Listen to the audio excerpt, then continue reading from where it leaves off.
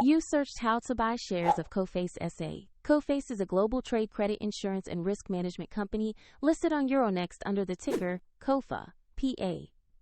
This video is for educational purposes only and is not financial advice. To buy shares, you need a broker account.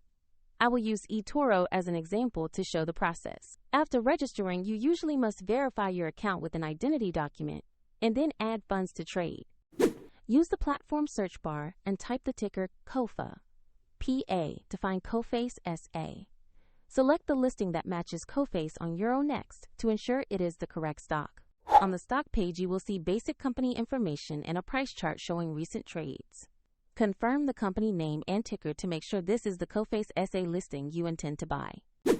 To place an order, choose the amount you want to invest, review the order details, and then confirm the purchase.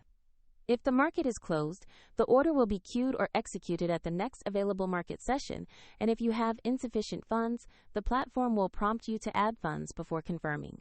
Your new position will appear in your portfolio once the order is executed. For the link to eToro and more resources, check the description below.